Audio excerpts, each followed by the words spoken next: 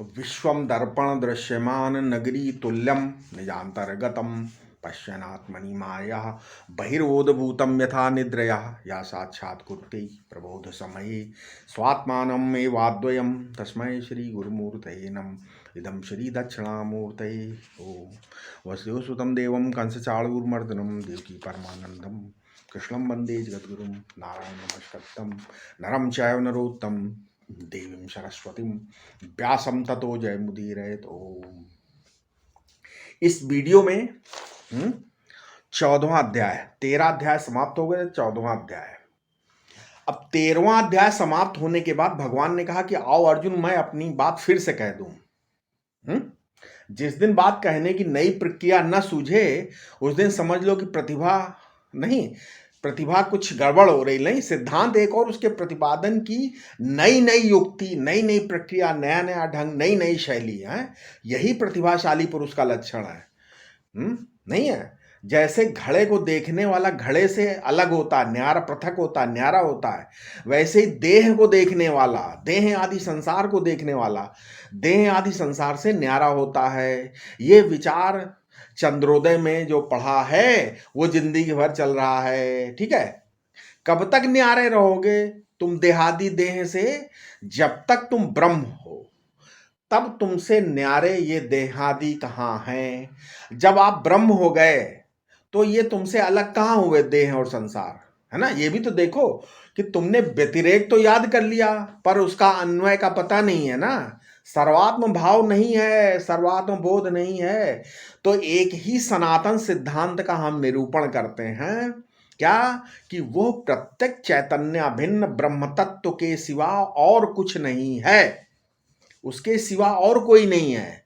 सनातन विषय है, सनातन वस्तु है। उसी को बाबा जी सुनाते हैं कि आत्मा ब्रह्म है, ब्रह्म के सिवा और कुछ है ही नहीं। हाँ, सुनाते तो वही है परंतु सिद्धांत विज्ञान में क्या है? तत्र प्रकाश विषया सनातन यत्र प्रकारो अभिनवः प्रदर्शने है। इस बात को समझाने के लिए प्रकार नया है, ढंग नया है, शैली नई है। शैली पुरानी पड़ जाती है लेकिन सिद्धांत पुराना नहीं पड़ता कभी। ठीक है? इसलिए गीता में सभी विषयों का प्रतिपादन है। 12 अध्याय में भक्तियों का वर्णन है, भगवान के सगुण साकार विग्रह की प्रधानता है ना, है? किंतु 13वें अध्याय में सगुणोपासना की कोई चर्चा नहीं है। वहां क्षेत्र क्षेत्रज्ञ विभाग के द्वारा पुरुष का जो अकर्ता भोक्ता और दृश्य को गुणमयी प्रकृति का कार्य बताया है। तात्पर्य है कि यदि साधक की किसी भी साधन में सच्ची निष्ठा हो तो उसकी भगवत प्राप्ति हो सकती है।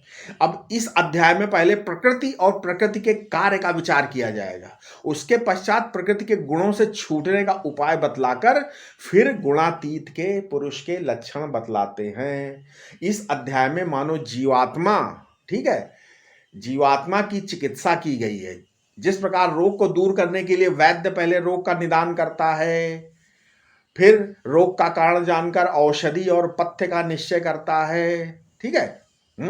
इसी प्रकार यहां विचार किया जाएगा कि प्रकृति और पुरुष का संयोग या बंधन है क्या, प्रकृति से किस प्रकार छुटकारा हो सकता है, उसके लिए किन नियमों का पालन करना चाहिए, जिससे कि प्रकृति से छूटे हुए पुरुष के क्या लक्षण। इस प्रकार तो इस प्रकार 12वें अध्याय में भक्ति योग का निरूपण, 13वें अध्याय में ज्ञान के साधन बतलाए गए हैं और अब इस 14वें अध्याय में सब ज्ञानों में उत्तम ज्ञान का वर्णन किया गया है।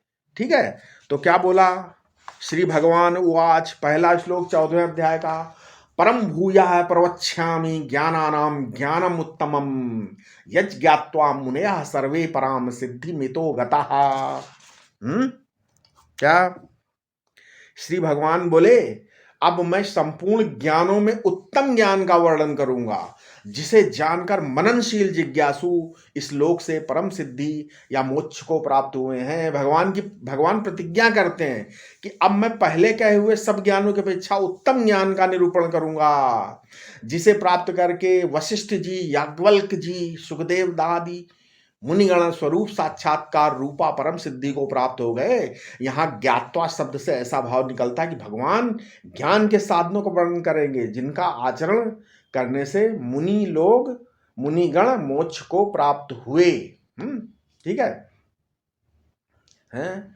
अब वो भगवान बताते हैं कि जो कुछ उत्पन्न होता है वो सब क्षेत्र और क्षेत्र के अध्यास से, अध्यास। ठीक है। इसलिए आओ भूयः, फिर से उस पर तत्व का, उस तत्व का निरूपण करें।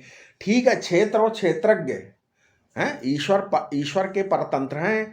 सांख्य में न प्रकृति ईश्वर परतंत्र है और न जीव ईश्वर परतंत्र है ना। है तो दो, एक पुरुष है, एक प्रकृति है, एक क्षेत्र है, एक क्षेत्रज्ञ है, पर दोनों में से कोई ईश्वर के अधीन नहीं है सांख्य में, पर दोनों स्वतंत्र हैं। जब कभी ना कभी दोनों में भिड़ंत होगी तो स्वतंत्र परतंत्र तो भिड़ जाते हैं कि नहीं भिड़ जाते हैं? नहीं। इसलिए है, यदि दो साधु जैसे स्वतंत्र हो एक कुटिया में रहें तो देखना 2-4 दिनों में उनकी आपस में भिड़ंत जरूर होगी। आश्चर्य तो यही कि प्रकृति में जन्म मरण करण, परंतु वो कहती कि पुरुष जी आपको भोगना पड़ेगा, पुरुष जी असंग है, परंतु जब तक उनको अपने स्वरूप का विवेक नहीं होता तब तक मजबूर होकर प्रकृति के सामने हाथ जोड़े रहते हैं और कहते हैं हाँ जी मैं जन्मवान हूं, मैं मरणवान हूं, हैं। परंतु जब ईश्वर सामने आता है तब प्रकृति से कह देते हैं कि हे तृष्णी तू चुप हो जाओ। पुरुष से कह देते तू मेरी जात का है, मुझसे मिल जाए। पुरुष ईश्वर से मिल जाता तब प्रकृति मर जाती है, हैं? क्या है? परम भूयः प्रवक्ष्यामि ज्ञानानाम ज्ञानम उत्तमम। भगवान कहते हैं कि ये ज्ञानों का उत्तम ज्ञान है। ज्ञान माने सतगुण रजोगुण तमोगुण आदि का जो भी ज्ञान होते हैं, इनसे उत्तम ज्ञान वो ज्ञान नहीं जो पहले अनादित्वात् अनादित्वादि संपदा को ज्ञान कहा गया है। वे यहाँ ज्ञान शब्द से अभिप्रेत नहीं है। फिर कौन सा ज्ञान है? बोले ज्ञानानाम उत्तमम ज्ञानम। ये है सभी ज्ञानों में उत्तम है। इस ज्ञान से क्या होगा? ये होगा कि यच ज्ञात्वा मुनया सर्वे पराम सिद्धिम गतो गतः। मतलब मुनया माने मनन करने वाले। ये मुनि लोग भी दो प्रकार के होते हैं। एक तो गतानुगतिक नकली होते हैं, भेड़िया धसान की तरह, है जैसे मेसी होता ना, मेसी प्रपांध परंपरा के अनुसार एक भेड़ कुएं में गिरती, दूसरी भी गिरती, तीसरी भी गिरती, सारी झुंड की झुंड भेड़ें कुएं में गिरती हैं, वैसे वे भी गिर जाते हैं। परंतु दूसरे मुनि होते हैं मननशील। वे अपने को अंधों से अलग कर लेते हैं और ज्ञान से पराम सिद्धिम गतोस, पराम सिद्धिम मतो गतः, मतलब परा सिद्धि को प्राप्त हुए हैं और उनके अंतःकरण की परम शुद्धि हो गई है। उनके अंतःकरण की परम शुद्धि हो गई है। अब मुनि के क्या लक्षण है? प्रश्न है। श्रीमद् भागवत में आया है, मुनि के लक्षण बताए गए। ना स्तुवीत ना निंदयेत कुर्वतः साध्व साधुवाः वदतो गुण दोषाभ्याम वर्जितः समद्रंग मुनि ही। मतलब अर्थात कोई अच्छा या बुरा करे तो उसकी प्रशंसा या निंदा न करे तथा कहने वाले के गुण दोषों की चर्चा न करे, वो समदृष्टि पुरुष मुनि है। अब मुनि की रहनी कैसी होती है? इसका उत्तर है क्या? ना कुरियान वदेतर किंचिन्न धारेत साध्व साधुआ आत्मा रामो वनयः व्रत्यः विचरे जडवन मुनि। विचरे जडवन मुनि मतलब अर्थात अच्छा बुरा कुछ भी ना तो करे, ना कहे और न चिंतन करे, सदा आत्मा में रमण करे। ऐसी वृत्ति से मुनि मूर्ख के समान विचरता रहे। जड़व्रत जड़वन मुनि है ना। अच्छा, मुनि हो गया। साधु के क्या लक्षण है? प्रश्न। इसका उत्तर है लक्षण तो बहुत हैं, उपयुक्त श्लोकों में भी साधु के ही लक्षण है, परंतु सबसे उत्तम बात यह है कि उसे दृश्य मात्र आकाश कुसुमवत जान सके। जो ये दृश्य है ये आकाश कुसुम के समान मिथ्या जान पड़े, वही संत है, वही तत्ववेत्ता है और वही ज्ञाननिष्ठ है। अथवा जिसे किसी प्रकार की व्यथा न व्यापे, वही असली संत है। साधु के लिए दीनता सबसे बड़ा दुख है। उसका भगवान में प्रेम हो, जन्म मरण का भय न हो, संसर्ग दोष से रहित हो, कोई कामना न हो, मित्रादि में आसक्ति न हो, एकांतवासी हो, जिसमें ये लक्षण हो वही पूरा संत है। यहाँ भगवान ने सर्वोत्तम ज्ञान कहने की बात कही है। ज्ञान तो अनेक प्रकार के हैं, जैसे भौतिक ज्ञान फिजिक्स हो, केमिस्ट्री हो सकती, रासायनिक ज्ञान है और शास्त्र ज्ञान भी हो सकता है, किंतु इनसे मुक्ति नहीं मिलती। और तत्व ज्ञान से मुक्ति हो जाती। इसलिए यही सर्वोत्तम ज्ञान है। जो अणिमादि सिद्धियां हैं वो भी अनेकों हैं, परंतु तत्व ज्ञान को किसी भी सिद्धि की, तत्वज्ञानी को किसी भी सिद्धि की इच्छा नहीं रहती है, इसलिए इसे परासिद्धि कहा गया है। अब अगले श्लोक में बतलाते हैं इस परासिद्धि को प्राप्त करने का क्या फल है। दूसरा श्लोक 14वें अध्याय का क्या है? इदम ज्ञानम उपाश्रित्य मम साधर्म्य अगतः सर्गे अपि नोपजायन्ते प्रलयेन व्यथन्ति च। प्रलयेन व्यथन्ति च। इस तत्व ज्ञान का आश्रय लेने पर मेरे स्वरूप को प्राप्त हुए पुरुष सृष्टि होने पर उत्पन्न नहीं होते और प्रलयावस्था में दुखित नहीं होते। ठीक है। यानी भगवान कहते हैं कि इस ज्ञान का उपाश्रय करने से क्या होता है, जैसे अग्नि का आश्रय लेने पर, सूर्य का आश्रय लेने पर उसके सामने जाकर बैठने से ठंडक चली जाती है, शीतलता चली जाती है, भय भाग जाता है। ऐसे ही अगर इस ज्ञान के पास आकर बैठ जाओ तो परमेश्वर का साधर्म्य प्राप्त हो जाता है। आपने देखा होगा कि जाड़े के दिनों में होता नहीं, जैसे आजकल जाड़ा पड़ रहा है तो लोग आग जलाकर बैठते हैं। चाहे बड़ा हो छोटा हो, मुखिया सब गोली है, मुखिया हो चाहे कोई हो, हैं वो सब बैठ जाते हैं एक ही जगह, सब एक साथ बैठकर आग तापते हैं, छोटा बड़ा कुछ नहीं। इसी तरह भगवान का कहना है कि इस ज्ञानाग्नि की शरण लेते ही सब मेरी बराबरी के हो जाते हैं। मम साधर्म्यमागतः, मम साधर्म्यमागतः मतलब फिर क्या होता है? बोले सर्गे अपि नोपजायन्ते। इस सृष्टि में क्या होता है? इस सृष्टि में उनका जन्म नहीं होता तथा प्रलय में उनको व्यथा नहीं होती। वे जन्म मरण से बिल्कुल विनिर्मुक्त हो जाते हैं। ठीक है। वे जन्म से बिल्कुल मुक्त जाते हैं, मतलब ऐसे साधर्म अर्थात समानता को प्राप्त हुए लोग जिस प्रकार सृष्टि के उत्पत्ति स्थिति और प्रलय में मैं असंग रहता हूं उसी प्रकार असंग रहते हैं।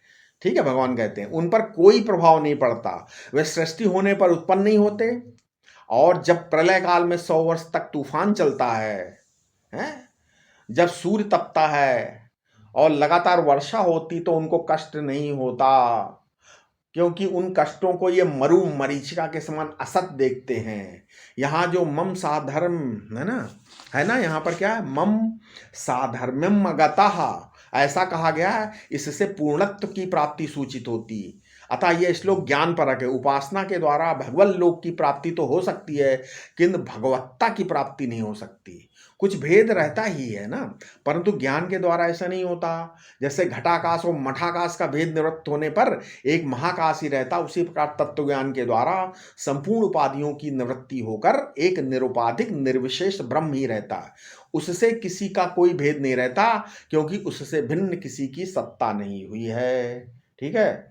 इस पर जिज्ञासु को शंका ये होती, यदि कुछ हुआ ही नहीं प्रतीत तो ये प्रतीत क्यों हो रहा है ना संसार को, उसको समझाने के लिए सृष्टि की उत्पत्ति का इसके ऊपर अध्यारोप कहते हैं। वास्तव में तो नहीं हुई, केवल अध्यारोप से उसका वर्णन किया है। तीसरे श्लोक में भगवान ने उस सृष्टि की उत्पत्ति का अध्यारोप किया। क्या? मम योनिर्महद तस्मिन् गर्भम दधाम्यहम संभवा सर्वभूतानां ततो भवति भारत।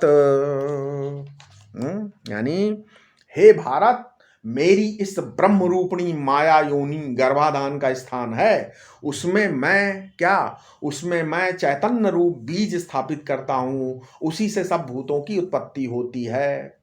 ये जो माया में जो शुद्ध चेतन का प्रतिबिंब पड़ता है वही उसमें गर्भ स्थापन करता है। उस चिदाभास और माया से युक्त होने पर ही शुद्ध चेतन ईश्वर कहलाता है और ईश्वर से ही संपूर्ण सृष्टि होती है, ऐसा समझो।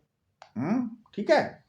यानी अब सांख्यवादी कैसे बोलेंगे यहाँ, जिनके ईश्वर ही नहीं है, जो बिल्कुल ठन गोपाल हैं, जैसे चारवाक, जैन हैं, बौद्ध हैं, वहां तो ईश्वर ही नहीं है। तो इन तीनों में संपूर्ण विश्व सृष्टि का नियंता एक ईश्वर नहीं है।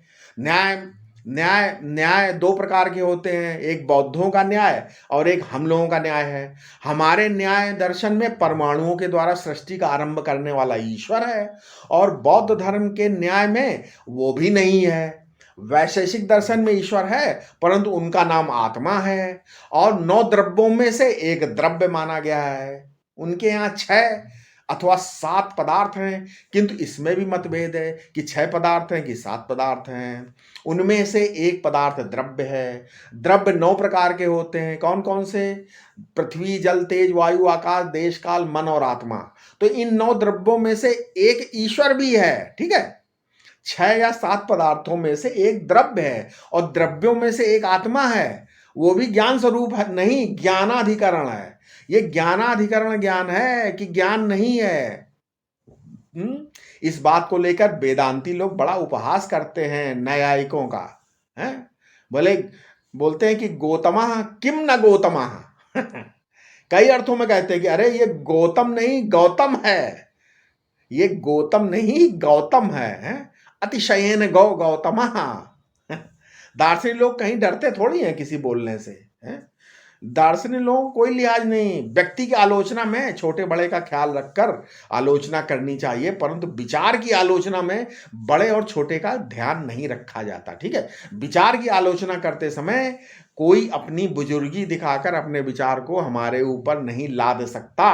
विचार की तो आलोचना होती है, उसमें यदि कहीं छेद हो तो उसका समाधान करना पड़ेगा, ठीक है। ठीक है। इसलिए बोला है मम योनिर्महद ब्रह्म। ये कहकर भगवान ने काट दिया सांख्य के सिद्धांत को। वे बोलते हैं कि ये जो महद ब्रह्म है मेरी पत्नी है, और मैं इसमें गर्भाधान करने वाला हूं। यहां ब्रह्म शब्द का अर्थ प्रकृति है, माने महद तत्वाकार परिणित प्रकृति तत्नी है।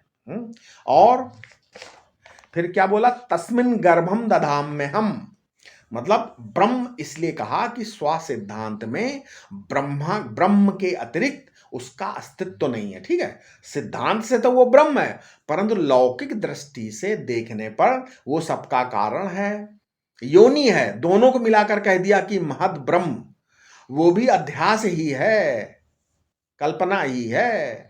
ब्रह्म और महद तत्व के अध्यास का नाम महद ब्रह्म, और उसमें जो चिदाभास पड़ता है उसमें चित छाया है, उसका नाम है गर्भ। तो चिदाभास का नाम क्या हुआ? गर्भ है। और चेतन का नाम पिता है। प्रकृति विशिष्ट चेतन का नाम पिता है, और प्रकृति का नाम माता है। वो तत्व दृष्टि से ब्रह्म है, और अज्ञ दृष्टि से कारण उपाधि है, संभवा। सर्वभूतानाम ततो भवति भारत, उसी से सबका जन्म होता है, ठीक है। ऐसा बोला है। अब इसके आगे कौन सा श्लोक है? चौथा श्लोक क्या है? सर्वयोनिषु कौन्तेय मूर्तयः समवन्ति यः तासाम ब्रह्म महदो निर्हम बीजप्रद पिता। बीजप्रद पिता यानी हे कौन्तेय, संपूर्ण योनियों में जो जो शरीर होते हैं उनका महद ब्रह्म मतलब योनि उत्पत्ति स्थान है, और मैं बीज प्रदान करने वाला पिता हूं। मतलब इस प्रकार माया के साथ शुद्ध चेतन का आध्यासिक संबंध होने पर ही सब प्राणियों की उत्पत्ति होती। माया के बिना शुद्ध चेतन निष्क्रिय और निर्विकार है, तथा ब्रह्म के बिना माया सत्ता शून्य। अतः उनमें अकेला कोई भी सृष्टि रचना नहीं कर सकता, ठीक है। जैसे केवल अग्नि या केवल लकड़ी होने पर कुछ नहीं हो सकता, जब दोनों का संयोग हो तभी आग सुलगती है और तभी खाना बन सकता है, ठीक है। ऐसा मतलब सब योनि में मूर्तियां तो अलग अलग हैं। कोई 2 पांव पर नाचता है, कोई 4 पांव पर चलता है, कोई मोर जैसे पक्षी है 2 पांव पर चलता है? गाय 4 पांव पर चलती है? नहीं चलती है। कोई पंख से उड़ता है, कोई महिला मोर के तरह साड़ी पहन ले तो क्या वो मोर कहेंगे? नहीं, ठीक है। इसी तरह माने जो जाहिर, ये सब मूर्तियां हैं ना, माने जो जाहिर नहीं थी, प्रकट नहीं थी, वो जाहिर हो गई, प्रकट हो गई, और इनके भिन्न भिन्न योनियां होती हैं, ठीक है। योनियां तासाम ब्रह्म महदोनी ही। मतलब आजकल मतलब साइंस तो बहुत बढ़ गई है ना, बहुत बड़ा विज्ञान हो गया है। एक ठीक है। अब मान लीजिए एक आदमी दो दो मतलब आप दो जगह मतलब दो शीशियों में पानी ले आया और बोला कि हे वैज्ञानिक जी ये दो शीशियां हैं। एक शीशी में कांव कांव है, दूसरी शीशी में कुहू कुहू है। तो जरा आप अपनी प्रयोगशाला में विषम करके बताइए कि जिसमें कांव कांव है और जिसमें कुहू कुहू है, असल में एक शीशी में कोयल के अंडे का पानी था, दूसरी शीशी में कौवे का अंडे का पानी था। अब वैज्ञानिक जी अपनी लेबोरेटरी में परीक्षा करते करते हार गए, किस पानी में कांव कांव, किस पानी में कुहू कुहू, इसका पता नहीं चला। ये साइंस इसका नाम है, साइंस जो कांव कांव कुहू कुहू का विश्लेषण नहीं कर सकता। कांव कांव भी एक मूर्ति है और कुहू कुहू भी एक मूर्ति है, कौवा भी एक मूर्ति है और कोयल भी एक मूर्ति है। मूर्तया संभवंती यहा, है ना, लेकिन सबकी माँ एक है। क्या तासाम ब्रह्म महदोनी ही। महद ब्रह्म माने जरा फूला हुआ ब्रह्म, समष्टि विद्याकार रूप से भासमान ब्रह्म उसकी माता है। और अहम बीज प्रद पिता, अहम बीज प्रदा पिता, मैं उसमें बीजाधान करने वाला पिता हूं। मैं उसमें बीजाधान वाले क्या हूं, पिता हूं, ऐसा। अब इसके आगे पांचवा श्लोक क्या है, पांचवा श्लोक क्या है, पांचवा श्लोक पांचवा श्लोक है सत्वम रजस्तम इति गुणः प्रकृति संभवः निबध्नान्ति महाबाहो देहे देहिनम अव्ययम। हे महाभाव, प्रकृति से होने वाले सत्व रज और तम, ये तीनों गुण इस अविनाशी जीव को देह में बांध देते हैं, है ना। मतलब गुणों की जो साम्यावस्था का नाम प्रकृति है और पुरुष के साथ उसका संबंध होने का कारण अज्ञान है। ये तीनों गुण प्रकृति से उत्पन्न होते हैं, अर्थात अज्ञानवश उनकी साम्यावस्था भंग होती है, ठीक है। और वे कार्योन्मुख होते हैं। तो देही अर्थात तीनों देहों के जो अभिमानी जीव को देह के साथ बांध देते हैं। ये तीन गुण रस्सी की तीन भानियों के समान हैं। जीव यद्यपि स्वरूपता अविनाशी है, किंतु देह से बन जाने पर वो उसके गुणों का अपने ऊपर आरोप करके अपने को मरने जन्मने वाला, सुखी दुखी मानने वाला मान लेता है। चेतन शुद्ध और निर्विकार है तथा प्रकृति अशुद्ध और विकारी है, परंतु पुरुष की सत्ता से ही सब कार्य करती है। जैसे कमल पुष्प है ना, कमल फूल, वो सूर्य की सत्ता से खिलता है, इसी प्रकार, ठीक है। ऐसे यानी क्या हुआ,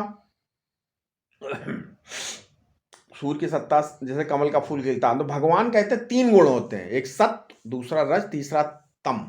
ये जो हड्डी मांस चाम है, इसके कारण रूप से जिस गुण का अनुमान किया गया है उसका नाम तम है। तम अनुमित ही है, प्रत्यक्ष नहीं है, अनुमानित है। तो प्रत्यक्ष तो देह है और इसमें बोलना, करना, हाथ हिलना, नाचना, कूदना, ये क्रियाएं इनके कारण रूप से जिस गुण का अनुमान किया जाता है वो है रजस, ठीक है। और प्रवृत्ति का मूल कारण रजस है और उसमें जो सुखाकार, दुखाकार, घटाकार, पटाकार आदि वृत्तियां बनती हैं, उन वृत्तियों के कारण के रूप से जो अनुमित गुण है उसका नाम होता है सत्व, ठीक है। तो इस त्रिविध जो तीनों गुणों का अनुभव प्रत्यक्ष में होता है। सुसुप्ति माने मानो प्रकृति है, नींद टूट गई लेकिन मालूम नहीं पड़ रहा कि मैं कौन हूं, ये महतत्व है। और मैं कौन हूं, ये अहंकार है। तो दुनिया दिखने लगी तो पंच तन्मात्रा हो गई। अच्छा भाई देखो, शास्त्र और ज्ञान अनुभव के विरुद्ध होता है। उसके वक्ता चाहे ब्रह्मा ही हो और चाहे वो आदिकाल में भी भाषित हो, यदि उस ज्ञान के द्वारा सिद्ध वस्तु यथार्थ नहीं है, परमार्थ नहीं है, तो उसका बाद हो जाता है। 4 दिन पहले होने से वो यथार्थ नहीं होता। विषय की यथार्थता के बिना ज्ञान कभी यथार्थ नहीं हो सकता, ठीक है। इसलिए अबाधित परमार्थ स्वरूप जो आत्मा है, तदबोधक ज्ञान ही यथार्थ होता है, अथवा तद अभिन्न ज्ञान ही यथार्थ होता है। अन्य सब ज्ञान झूठे होते हैं। इस प्रकृति में से निकले हुए मूलावस्था में सत्व, रज, तम समान होने के कारण, सम परिणाम होने के कारण मालूम नहीं पड़ते हैं उसमें, ठीक है। लेकिन सृष्टि अवस्था में जब उनमें विषय परिणाम होता है तब मालूम पड़ता कि ज्ञान हो रहा है, क्रिया हो रही है। तब क्या होता, तब तभी उसमें सत्व रज तम का योग मालूम पड़ता है। तो जो दृष्टा साक्षी परमात्मा है, प्रत्यक्ष चैतन्य है, उन्हीं गुणों के साथ तदात्म करके अपने आप को बांध लेते हैं। असल में गुण कहते ही हैं उनको जो गुणी को बांध ले। गुण माने रस्सी होता है।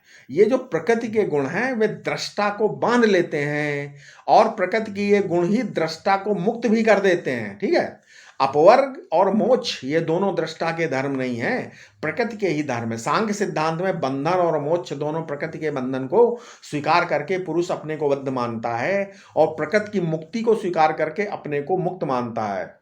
ये वृत्ति सारूप ही है सर्वदशा में। ये बंध वृत्ति सारूप से बंधन है और मुक्ति है। अब आओ पहले सत्वगुण को लेते हैं। संसारी लोगों ने बड़े अमुक, जैसे लोग बोलते हैं ना, बड़े सत्गुणी हैं अमुक व्यक्ति बड़े, और अमुक व्यक्ति बड़े रजोगुणी हैं।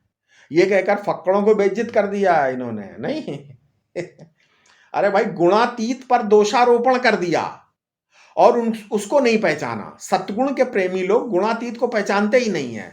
बड़े भारी अपराधी हैं लोग, और इसी का अपराध के कारण वे संसार में आबद्ध रहते हैं। ठीक है, इसलिए सत्गुण बाधक भी हैं और साधक भी।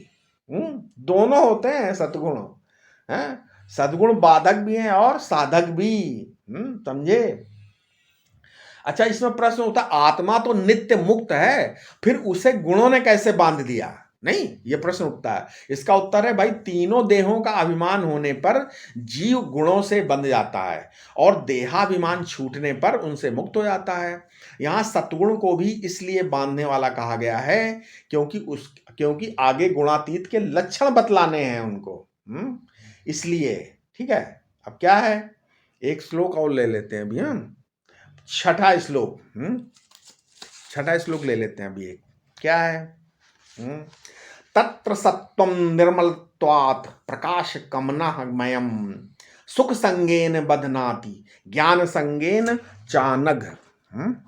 ठीक है, हे निष्पाप, इन तीनों गुणों में सत्गुण निर्मल होने के कारण प्रकाशक और दुख रहित है। वो जीव को सुख और ज्ञान की आसक्ति से बांधता है।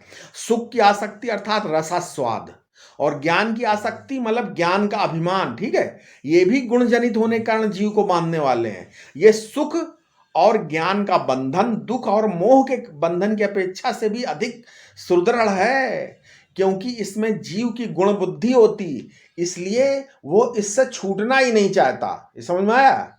वो इससे छूटना ही नहीं चाहता है।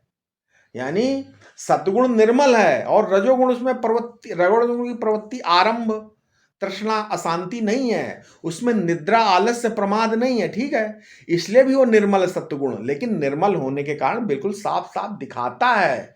और अनामयम, दुख भी उसमें नहीं होता, दुखाकार परिणाम भी नहीं प्राप्त होता। चलिए, हैं, तमसाकार परिणाम भी नहीं होता, उसमें तमस है और न उसमें दुख है।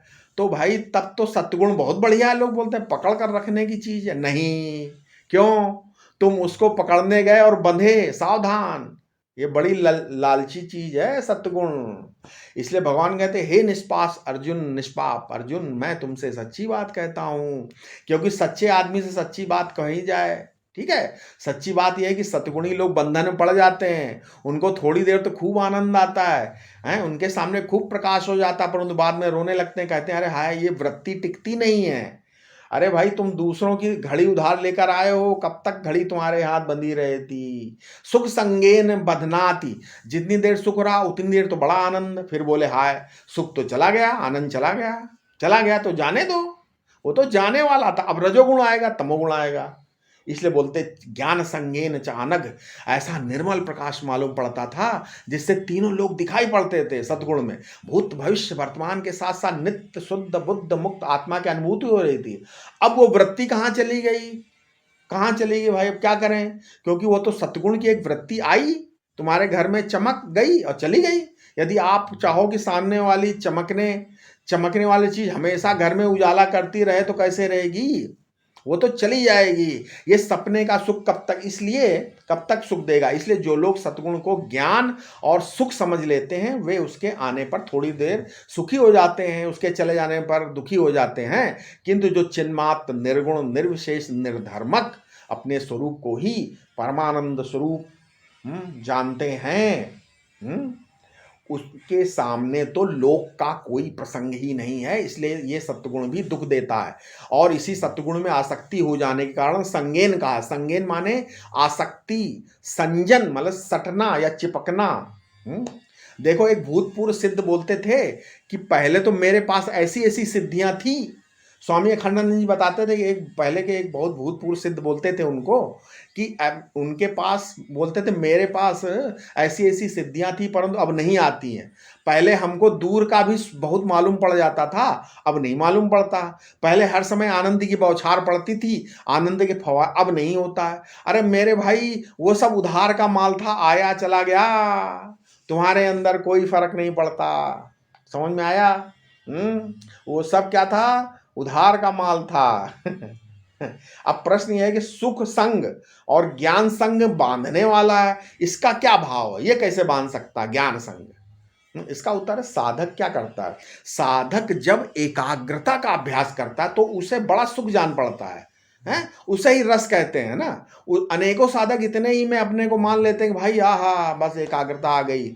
अतः उससे असंग न होने के कारण उस एकाग्रता में जो आई चीजें आई उससे असंग होने का अभ्यास नहीं करते, कारण वे वहीं रुक जाते हैं। ये सुखासक्ति का बंधन है। इसी प्रकार अनेकों साधक दृष्टा दृश्य विवेक होने पर ही अपने को ज्ञानी मान लिया, दृष्टा बन गए, सोचे हम ज्ञानी हो गए, तथा दूसरों को हीन दृष्टि से देखते हैं। ये ज्ञानाभिमान, ज्ञान का अभिमान जनित बंधन है। ज्ञानाभिमान जनित बंधन, ये दोनों परिस्थितियां सत्वगुण की कार्य होने पर भी हैं, बंधन ही है। बंधन है कि नहीं? इसके कारण साधक जो है आगे नहीं बढ़ पाता। हम ऐसे बहुत लोगों को जानते हैं। इसी से कहा है एन त्यजयसी, एन त्यजसी सत्यज, मतलब अर्थात जिसका त्यागाभिमान से सब कुछ त्याग किया है उससे भी त्याग। ठीक है, आशा है आपको जरूर समझ में आ गया होगा। ठीक है, कृपया इस वीडियो को लोगों तक साझा करें। इसके बाद आगे अपने अगले वीडियो में बताएंगे। ठीक है, ओम शांति शांति शांति।